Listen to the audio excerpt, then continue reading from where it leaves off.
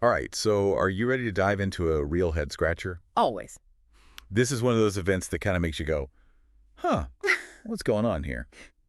We're talking about the Phoenix Lights back in 1997, Oh, yeah. when thousands of people in Arizona looked up and saw something in the sky. Um, The official explanation? You ask military flares. right. But if you've ever seen a military flare, Uh-huh. these lights were not that. No, they weren't just your average. Definitely not your average. 4th of July fireworks. Right. Eh. Definitely a little more extraterrestrial Independence Day vibe to them.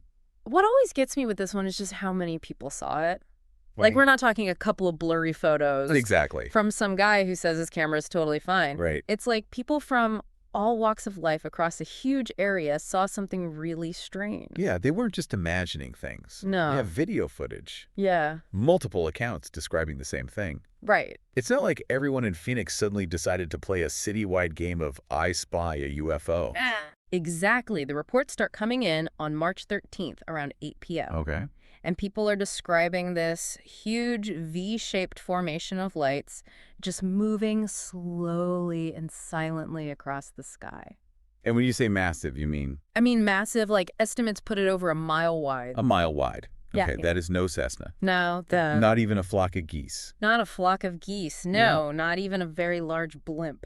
All right, so we're talking about something that potentially bends the laws of physics a little bit. Yeah, at least as we understand them. Right, because a mile-wide object Yeah. moving silently through the air, Yeah. not really how things work. A little beyond our current understanding of aerodynamics. So that's where that military flares explanation really starts to feel a little weak. It does make you wonder what kind of flares they're using. Right, and it gets even better Oh, yeah. because then the experts decide to hold a press conference to debunk this whole thing. Right. And how do they do it?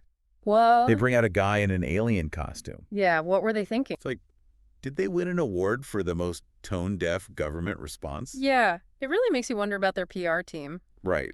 But you got to give them points for creativity. Well, I guess so. Right. But yeah, I mean, It just didn't really work. it didn't work. It kind of backfired. Yeah. People were not amused.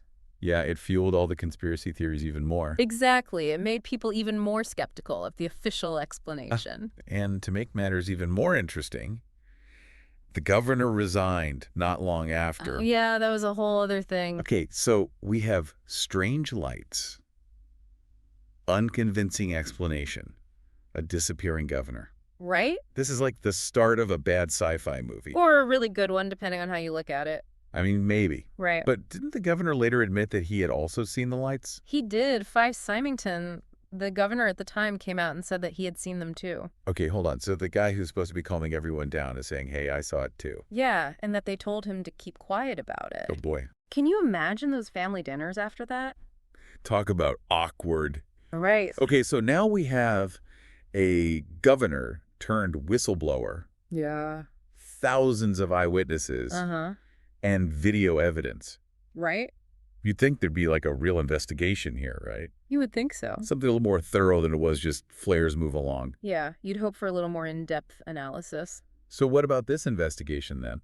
Well, let's just say they weren't exactly super eager to get to the bottom of it. Okay, what do you mean? They said there were only a few reports, but a Phoenix police mechanic, Barry Nannyman, came forward and said they got hundreds of calls that night. Okay, so not exactly transparent then. Not exactly. It's like they were trying to pretend it never happened. A bit of a memory lapse on their part. Right. But Okay. they missed a big detail, didn't they? Oh, they did. There was another very credible witness. And I'm not talking about some random dude barbecuing in his Yeah, backyard. not a backyard barbecue this time. Who are we talking about? We're talking about Kurt Russell, Wait a minute, Snake Plissken. the one and only. Okay, go on. He was flying into Phoenix that night, Yeah. and he saw the lights himself. No way. And his son, who was with him, was freaking out, asking what they were. Of course. So Russell contacts air traffic control, and they tell him their radar isn't picking up anything unusual. Wow. So you have a Hollywood star in a plane seeing strange lights, Yep. and nobody else is seeing them on their radar. Right. It's like they were invisible to everyone but him. I mean, that's pretty compelling, right? It's a pretty convincing endorsement. So we have regular people, a disgruntled governor, and an action hero all saying the same thing. Yeah, it's a pretty diverse group of witnesses. I'm starting to think this whole flares thing was maybe an elaborate prank. Or maybe they just have really, really advanced flares. Right. Ones that can fly in formation and disappear at will. I guess anything is possible. You know what's even weirder? The Phoenix Lights weren't the first time this kind of thing happened. Oh, really?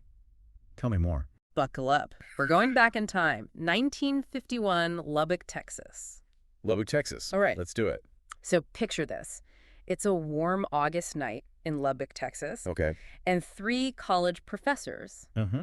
A chemist, a petroleum engineer, and a geologist. A real brainy bunch. Yeah. They're hanging out in a backyard, probably discussing the finer points of science. Right. When suddenly they see a formation of light streak across the sky. Hold on. 3 scientists known for logic and data. Right. They see something unexplainable. Yeah, we're not talking about a ghost story here. No, this is like science meets the Twilight Zone. Exactly. Yeah. And these guys weren't easily fooled. They saw these lights. A V-shaped formation, silent and super fast moving. Okay. And not just once. They saw them twice that night. Wow, so multiple witnesses spanning weeks. Yeah, people had been seeing these things for a while. That sounds familiar. It does, but this is 1951. Right, so did anyone even have cameras back then? Well, a student named Carl Hart, he was curious and decided to camp out with his camera hoping to get a picture. And he got lucky. He got a picture of these things. He got several clear images of these V-shaped formations. Okay, hold on. We have actual pictures from 1951 Who-ba-doo. of these lights. Yep. That's amazing. And they look like what people saw over Phoenix all those years later. That's right. The photos show a bunch of lights in a V formation, just like in Phoenix. That's wild. But there's a twist. The number of lights wasn't always the same. What do you mean? Some formations had 18 lights, others had 30. Okay, so someone forgot to tell them to stay in formation. Right. Maybe they were playing a cosmic game of musical chairs. All right, so we have silent V-shaped formations, multiple witnesses, and pictures in both cases. Right. Both involve a lot of lights. Uh-huh. What else is similar? Witnesses in both places said the objects were huge. Huge. How? Like way bigger than any plane. Okay, bigger than a jumbo jet. Much bigger. We're talking hundreds of feet across, maybe more. Wow. So there are definitely some parallels there. But there must be some differences too, right? Of course. The big one is speed. The Lubbock Lights were super fast. They zipped across the sky in seconds. So not like the Phoenix lights, which seem to take their time? Nope. Those were more of a slow cruise. All right, so one group likes to speed, the other prefers a leisurely pace. Exactly. Different styles, I guess. So what happened with those Lubbock lights? Did anyone investigate? They did. The Air Force got involved. They were running something called Project Blue Book at the time. Project Blue Book. That was their UFO investigation program, right? That's the one. It ran for almost 20 years, investigating thousands of UFO reports. Wow. And the Lubbock lights were a big case for them. One of the biggest, it was the height of the Cold War. Right. Everyone was worried about spies and secret weapons. Exactly. And maybe even aliens. Like the original X-Files. Yeah, but with fewer cool gadgets. So they looked into the Lubbock lights. What did they find? Well, their explanation was a little strange. Oh, was it? They said it was reflections from streetlights. Reflection. Yeah, off flocks of plover birds. Plover birds. Seriously. That was their official conclusion. So these scientists, these experts in their fields, they mistook bird butts for UFOs. That's what the Air Force said. That's even harder to believe than the weather balloon excuse. I know, right? Even some people within Project Blue Book weren't convinced. So what happened? They never came to a real conclusion about the Lubbock lights, and Project Blue Book shut down in 1969. 1969, the same year we landed on the moon. Quite a year. One small step for Yeah. man, but back on Earth, we're still arguing about birds and UFOs. It makes you think. But you know what? The Lubbock lights and the Phoenix lights weren't the only sightings. Really? There were more. There have been similar light formations spotted in pictures of the moon. Wait a minute. You're saying there are pictures of these things on the moon? There are. Like hanging out on the lunar surface? It's pretty wild. And even more recently in 2014, a Japanese space probe got pictures of a similar formation. So Texas, Arizona, the moon, and now space. It's like someone's playing a cosmic game of connect the dots. My mind is blown. Ah, We've gone from flares to interplanetary travel. it's quite a journey. This is getting really strange. But let's get back to those 9 lights that appeared over Phoenix later that night. All right, so we've got those V-shaped formations in Texas and Arizona, Right? pictures of maybe something similar on the moon, Yeah. and a Japanese space probe saw something too. It's pretty strange. It really is. Yeah. But let's go back to those 9 lights over Phoenix later that night. Okay. The ones the military tried to say were flares. Ah, yes, the 10 p.m. lights. What's the deal with those? Well, these weren't in a V shape, Okay. but they did something pretty weird. What's that? They appeared one after another, Oh, really? almost in a sequence. Like someone was flipping a switch? Yeah, and then they disappeared. And where did they disappear to? Well, conveniently enough, they vanished along the mountain range near the military base, Of course. hidden by the mountains. Right, top secret flare technology. Right. But hold on a sec.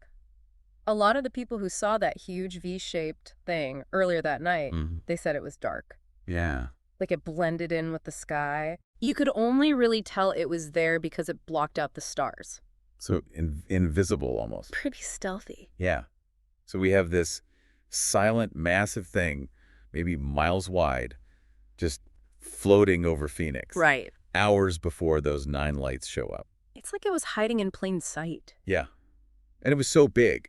I mean, we were talking about something truly enormous. Oh, yeah, the size estimates are incredible. What are we talking about here? People who saw it pass over landmarks said it was at least 1,500 meters wide. 1,500 meters. That's 5 times the size of an aircraft carrier. It's mind-boggling. That's not a bird, a plane, or even Superman. Nope, way too big. And remember, it was moving slowly and silently. Right. Not exactly your typical aircraft. If it was some secret government thing, you'd think they'd want to hide it. Yeah, you'd think they'd be a little more discreet. Unless they wanted people to see it. Yeah, that's an interesting thought. What were they trying to do? Make a statement.